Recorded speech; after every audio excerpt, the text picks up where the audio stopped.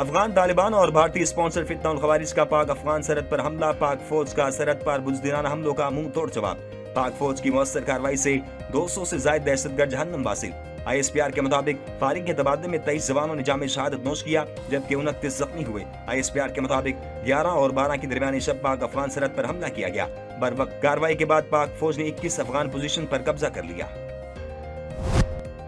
فتنہ الخوارج نے پاک افغان سرحد کے لمبے حصے پر پاکستان پر حملہ کیا۔ بلا اشتعال اور دشمنانہ کارروائی کے طور پر پاکستان پر حملہ کیا گیا۔ آئی ایس پی آر کے مطابق بزدلانہ اقدام میں فائرنگ اور چند مقامات پر دراندازی کی گئی۔ حملہ سرحدی علاقوں میں عدم استحکام پیدا کر کے دہشت گردی کے اہداف کی تکمیل کے لیے کیا گیا۔ حق دفاع کے تحت پاک فوج نے سرحدی پٹی پر مؤثر اور فیصلہ کن رد عمل دیا۔ مسلح افواج نے طالبان فورسز اور ان سے وابستہ خوارج کو سنگین جانی نقصان پہنچایا۔ Taliban post, camps, headquarters اور دہشت گرد سپورٹ نیٹ ورک کے انفراسٹرکچر کو بڑا نقصان پہنچایا۔ شہری جان و مال کے تحفظ اور غیر ضروری جانی نقصان سے بچنے کی تمام احتیاطی تدابیر کی گئیں۔ آئی ایس پی آر کے مطابق پاک فوج اپنے عوام کی جان و مال اور ملک کی سالمیت کے تحفظ کے لیے ہم وقت تیار ہے۔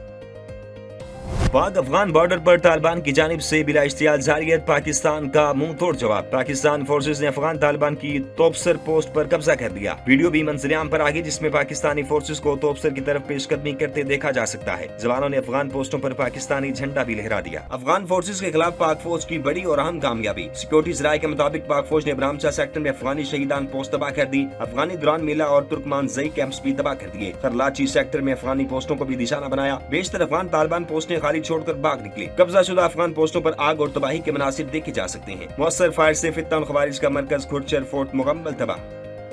صدر مملکت آصف علی زرداری اور وزیر اعظم شہباز شریف افغانستان کی جانب سے سرحدی علاقوں میں اشتعال انگیزی کی شدید مذمت۔ صدر آصف علی زرداری نے کہا کہ پاکستان اپنے قومی مفادات، علاقائی خود مختاری اور سلامتی کے تحفظ کے لیے پرعزم ہے۔ جموں کشمیر پر کسی بھی متنازع یا گمراہ کن موقف کو پاکستان کبھی تسلیم نہیں کرے گا۔ وزیر اعظم شہباز شریف نے کہا پاکستان کے دفاع پر کوئی سمجھوتا نہیں ہوگا۔ فیلڈ مارشل سید عاصم منیر کی قیادت میں پاک فوج نے افغانستان کو بھرپور جواب دیا۔ پاک فوج نے متعدد پوسٹیں تباہ کر کے انہیں پسپائی پر مجبور کیا۔ ہمارا دفاع مضبوط ہاتھوں میں ہے، ہم ملک کے چپے چپے کا دفاع کرنا خوب جانتے ہیں۔ وفاقی وزیر داخلہ محسن نقوی کی بھی بلا اشتعال فائرنگ کی شدید مذمت۔ کہا پاکستان کی بہادر فورسز نے فوری اور مؤثر جواب دے کر ثابت کیا کہ کسی بھی اشتعال انگیزی کو قطعاً برداشت نہیں کیا جائے گا۔ پاکستان کی فورسز چوکس ہیں، ان کا جواب پتھر سے دیا جا رہا ہے۔ افغان فورسز کی جانب سے بلا اشتعال فائرنگ اور پاکستانی فورسز کے مؤثر جواب کے بعد سعودی عرب کا سرحدی کشیدگی پر گہری تشویش کا اظہار۔ دونوں ممالک پر تنازع کے حل کے لیے تحمل اور مکالمے کا راستہ اپنانے پر زور۔ سعودی وزارت خارجہ کی جانب سے جاری بیان میں کہا گیا کہ دونوں ممالک کو چاہیے کہ وہ کشیدگی میں اضافے سے گریز کریں اور بات چیت، حکمت اور تحمل کا مظاہرہ کریں تاکہ خطے میں امن و استحکام کو برقرار رکھا جا سکے۔ سعودیہ خطے میں امن و سلامتی کو یقینی بنانے کا خواہاں ہے۔ آج ایک چھپے ہوئے دشمن کو ٹھکانے لگایا۔ دشمن کی متعدد پناہگاہوں کو نیست و نابود کر دیا گیا۔ مشیر وزیر اعظم رانا ثناء اللہ کی فیصل آباد میں پریس کانفرنس۔ کہا فیلڈ مارشل سید عاصم منیر کی قیادت میں بہادر مسلح افواج نے دشمن کو عبرتناک سبق سکھایا۔ پاکستان کو داخلی استحکام کی پہلے سے زیادہ ضرورت ہے۔ وزیر اعظم نے تمام سیاسی جماعتوں کو مساق استحکام پاکستان کی دعوت دی ہے۔ آئے مساق استحکام پاکستان پر سب ایک ہو جائیں۔ پی ٹی آئی بھی آج پاکستان کے ساتھ کھڑی ہو۔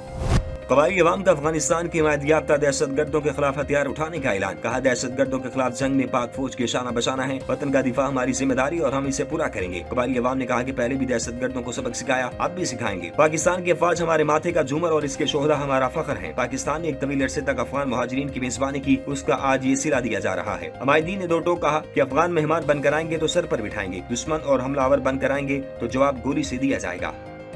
قطر کا بھی پاکستان اور افغانستان کے درمیان حالیہ سرحدی کشیدگی پر گہری تشویش کا اظہار۔ قطری وزارت خارجہ کی جانب سے جاری باضابطہ بیان میں کہا گیا کہ خطے میں امن و استحکام کے لیے کشیدگی میں کمی ناگزیر ہے۔ قطر پاکستان اور افغانستان کے درمیان بڑھتی ہوئی کشیدگی کو خطے کے امن و امان کے لیے خطرہ سمجھتا ہے۔ دونوں برادر ممالک پر زور دیتا ہے کہ وہ بات چیت کے ذریعے مسائل کا پرامن حل نکالیں۔ ایرانی وزیر خارجہ عباس اراغچی کا بھی پاکستان اور افغانستان پر تحمل کا مظاہرہ کرنے پر زور۔ کہا ہماری پوزیشن ہے کہ دونوں ممالک کو صبر و ضبط سے کام لینا چاہیے، دونوں کے درمیان استحکام پورے خطے کے لیے مفید ہے۔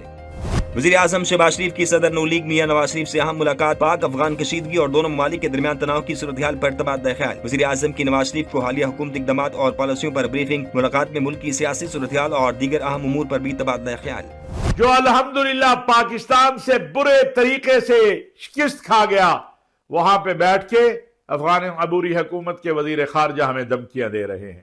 ہاں بھائی، آپ ٹھیک کہہ رہے ہو، نہ ہم سوویت یونین ہیں، نہ ہم برطانیہ ہیں، نہ ہم امریکہ ہیں، نہ ہم نیٹو ہیں، ہم پاکستان ہیں۔ ہم آپ سے یہ بات کہنا چاہتے ہیں کہ آپ کے ملک سے میرے ملک کے اندر دہشت گردی بند ہونی چاہیے۔ پاکستان کی افواج نے جس طرح آپ کو جواب دیا ہے یہ تو آغاز ہے۔ جہاں بیٹھ کے ہمیں دھمکیاں دے رہے ہو ان سے ہی پوچھ لو کہ ابھی چند ماہ پہلے ان کے ساتھ کیا حشر ہوا ہے۔ ہندوستان میں بیٹھ کر افغان وزیر خارجہ میں دھمکیاں دے رہی ہیں، نہ ہم سوویت یونین، نہ امریکہ، نہ برطانیہ اور نہ نیٹو، ہم پاکستان ہیں۔ پاکستان علماء کونسل کے چیئرمین حافظ طاہر محمود اشرفی کا ویڈیو بیان، کہا آپ کے ملک سے ہمارے ملک میں دہشت گردی بند ہونی چاہیے۔ افواج پاکستان نے جس طرح آپ کو جواب دیا ابھی تو یہ آغاز ہے۔ افغان طالبان بھارت کے خلاف پاکستان کی کارروائی سے سبق سیکھے۔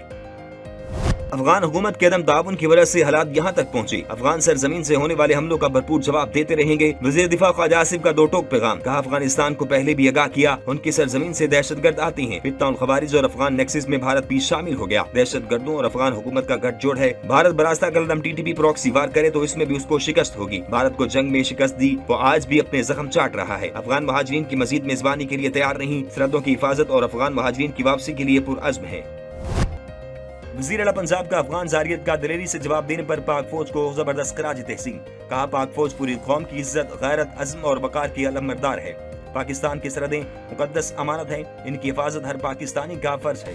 وزیر اعلیٰ سندھ نے کہا کہ پاکستان اپنی خود مختاری پر کسی صورت سمجھوتہ نہیں کرے گا۔ افغان قیادت دہشت گرد عناصر کے خلاف عملی اقدامات کرے۔ گورنر پنجاب اور گورنر سندھ کی بھی افغان زاریت کی شدید الفاظ میں مذمت، کہا پاکستان کی محتاط جوابی کارروائی افغانستان کے لیے سبق ہے۔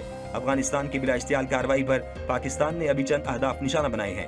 افغانستان کسی زون میں ہے تو پاکستان یہی پار طالبان کے سر پر توڑ دے گا۔ خیبر پختونخوا کی وزارت اعلیٰ کے لیے 4 امیدواروں نے کاغذات جمع کرا دیے۔ تحریک انصاف کے سہیل خان افریدی کے کاغذات جمع، نون لیگ کے سردار شاہجہاں یوسف، پیپلز پارٹی کے ارباب زرق شامل۔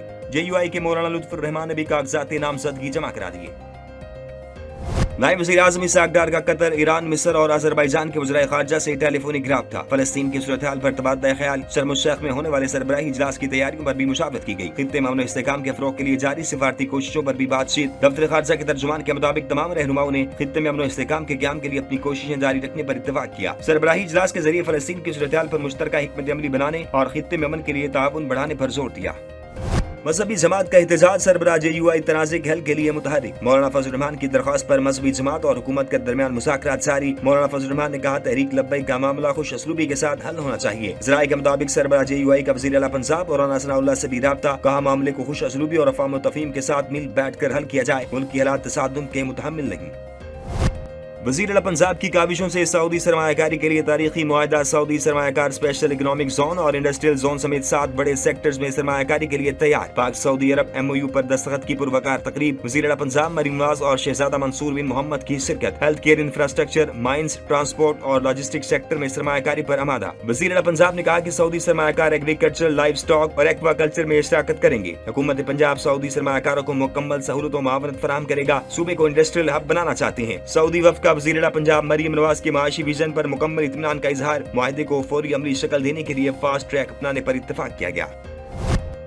امن و امان کی صورتحال کے پیش نظر سندھ حکومت میں 1 ماہ کے لیے دفعہ 144 نافذ کر دی گئی۔ محکمہ داخلہ سندھ نے نوٹیفیکیشن جاری کر دیا۔ صوبہ بھر میں جلد سے جلوسوں، ریلیوں اور دھرنوں پر پابندی عائد۔ نوٹیفیکیشن کے مطابق 5 سے زائد افراد کے جمع ہونے پر پابندی ہوگی۔